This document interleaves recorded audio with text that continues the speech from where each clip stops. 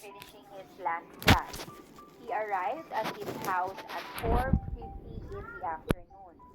Convert the given time into the 24-hour format.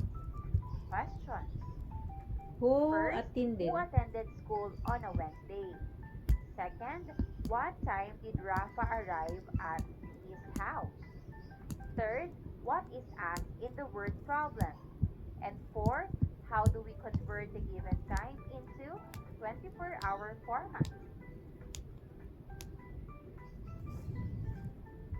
Here are the answers for explicitation.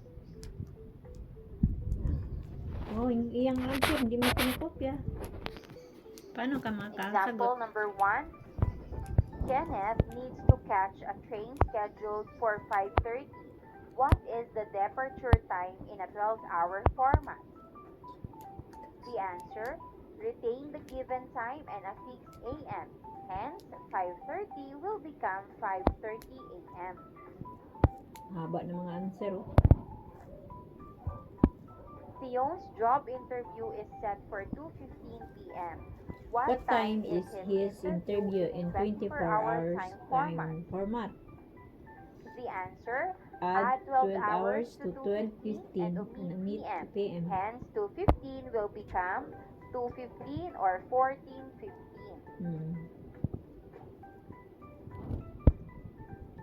Queenie, Kelvin's flight from magbasa ka ba? Magsunod ka ng International basa ba? Airport to Davao Airport will depart at 15:25 or 3:25 local time and arrive at 17:30 or 5:30. However, due to unexpected delays, the flight is 45 minutes late. What time will Kelvin depart from NAIA? What time will Kelvin reach Davao Airport? Express Kelvin's departure time and arrival time in 12 and 24-hour format. The answer is? The answer? Departure in 24-hour format, the answer 16:10. Arrival 18:15. 12-hour format, departure 4:10 p.m.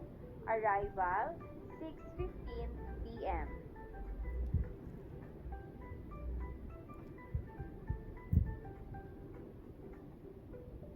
Lesson activity number 3. Solve word problems involving 12 and 24-hour time. Number 1. Kate will Solve mo yan. visit her family in Cebu next month. Mm. When she booked her flight, the time indicated on the flight detail was 20:45. Ano answer mo? What time is that in the 12-hour format? Ano answer mo, Number Queenie? 2. Kim gave her best friend a call at 9:05 in the morning. What time is that in the 24-hour format? Number 3. Irene plans to take a bus to visit her friends. Her bus is scheduled to depart at 11:30 a.m. Gayahin mo sana ba? Para yung However, bunganga due mo, to maano traffic, yan? the bus left 2 hours and 10 minutes later than the scheduled time. A. What time will Irene's bus depart from the bus terminal? Express the answer in 12-hour and 24-hour time format. B. If the bus ride typically takes 2 hours and 25 minutes, what time will the bus arrive at her friend's town? Express the answer in 12-hour and 24-hour time format. Paano ka matuto kung hindi ka gumagaya-gaya?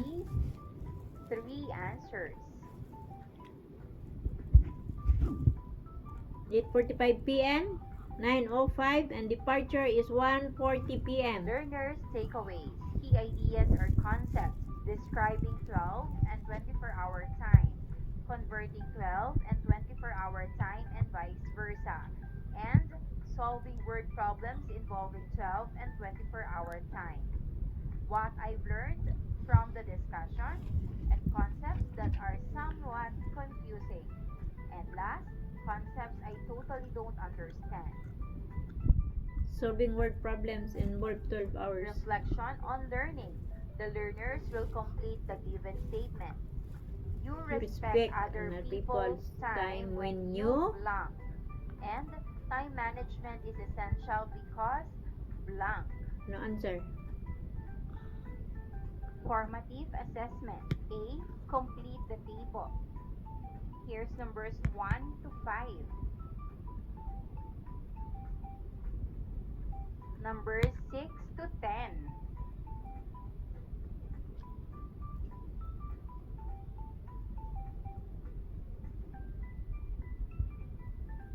Letter B. Solve the given word problems. Number 1. The other. Number 2.